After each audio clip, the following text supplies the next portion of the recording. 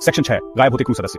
तभी चीखें गूंज उठी। एलिस गलियारे में घुसा। उसका दिल उसकी छाती में जोर से धड़क रहा था। उसने झाव को फर्श पर पड़ा हुआ देखा। उसकी आंखें भय से फैली हुई थीं। उसका शरीर बेतरतीब ढंग से हिल रहा था। इससे पहले कि एलिस प्रतिक्रिया कर पाता, एक अदृश्य शक्ति ने झाव को ऊपर उठा लिया, उसे छत की ओर खींच लिया। उसकी चीखें एक गूंजती हुई चीख में बदल गईं, क्योंकि वह अंधेरे में गायब हो गई थी। एक के बाद एक क्रू सदस्य गायब होने लगे। उनकी भयावह चीखें जहाज के शून्य गुरुत्वाकर्षण वातावरण में एक भूतिया साउंड ट्रैक प्रदान करती थी। दहशत ने एलिस को जकड़ लिया, क्योंकि वह महसूस करता था कि स्थिति उसके नियंत्रण से बाहर हो रही है। जो कुछ भी उस वस्तु के अंदर दुबका हुआ था, वह उनके लिए आया था, और ऐसा लग रहा था कि इससे बचने वाला कोई नहीं है। सेक्शन 7 अकेला कप्तान। जल्द ही एलिस अकेला रह गया। जहाज की खाली जगह में उसकी अपनी सांसों की आवाज से घिरी हुई थी। जहाज के चारों ओर धातु कराहती और चिल्लाती रही, क्योंकि अज्ञात शक्ति ने उसके चारों ओर जो कुछ भी था उसे चीर डाला।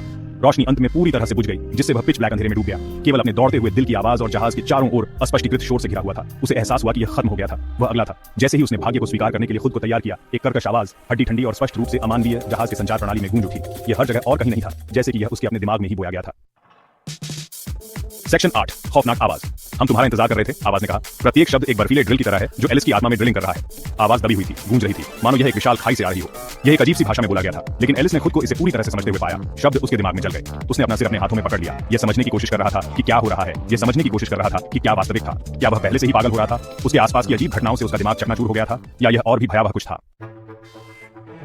सेक्शन 9 रहस्य गहराता है। जहाज हिंसक रूप से हिल गया, जिससे एलिस फर्श पर गिर गया। उसने खुद को ऊपर खींच लिया। उसकी निगाहें हर उस चीज पर टिकी हुई थीं जो उसके चारों ओर हो रही थी। उसके दिल में दहशत बढ़ रही थी। तुम कौन हो? वह चिल्लाया। उसकी आवाज खाली जहाज में गूंज रही थी। तुम क्या चाहते हो? केवल खामोशी ने उसका जवाब दिया। लेकिन किसी तरह एलिस को पता था कि यह खत्म नहीं हुआ था। यह तो बस शुरुआत थी। जहाज के भाग्य का और उसका भी एक भयानक रहस्य में डूबा हुआ था। एक रहस्य जो प्रकट होने के लिए तैयार खड़ा था, और एलिस चाहे वह तैयार हो या न हो, उसका सामना करने वाला था।